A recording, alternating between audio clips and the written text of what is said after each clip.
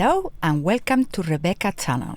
This week I want to talk about the 6 elements of good artwork.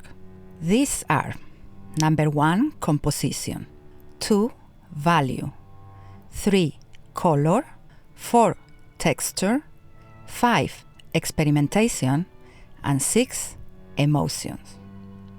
The point here is for us to learn the rules before we can break them. When you break the norm, it has to be with a purpose. Otherwise, it will appear as a mistake. I think I heard this phrase from the paint codes, not sure, but it's the best way I heard on how to express this statement.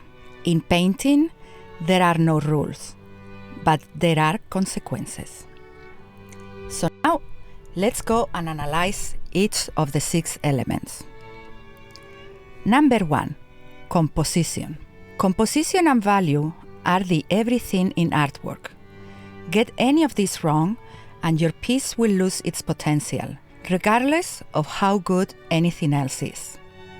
Composition is the placement of positive and negatives, the objects and the background. It is about the design.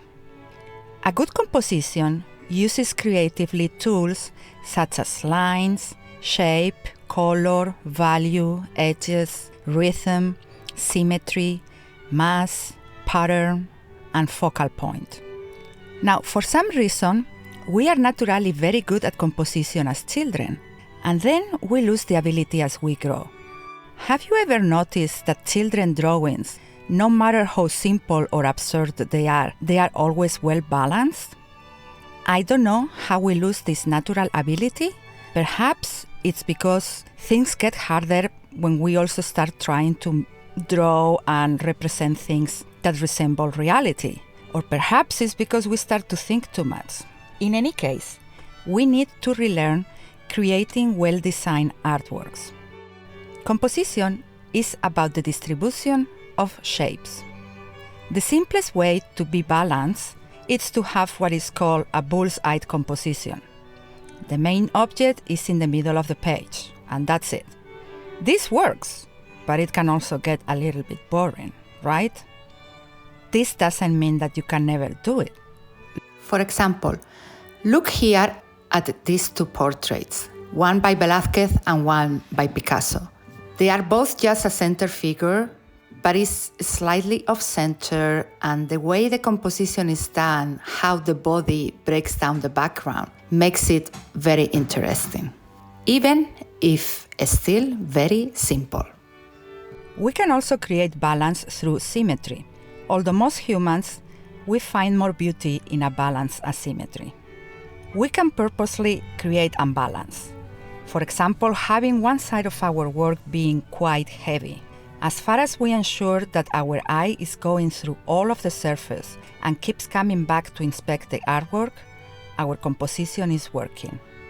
The mix between shapes and empty spaces, small shapes and large ones, curved forms, straight forms, this is what creates interesting compositions. The way to test this is when you start working in your composition, make sure that your eye is going through all the parts of your work and your eye is not getting bored. Something very important to remember if you paint in a realistic manner is to treat your composition as abstract shapes.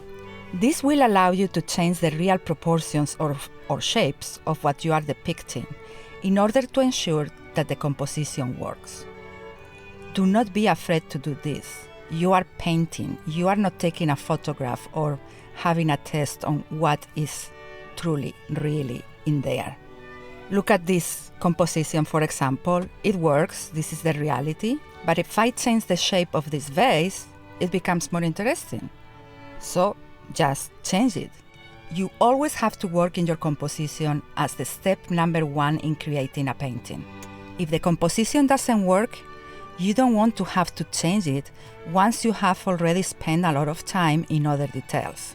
So make sketches by hand or your iPad or on your computer and play with the composition before you lay your hands in the canvas.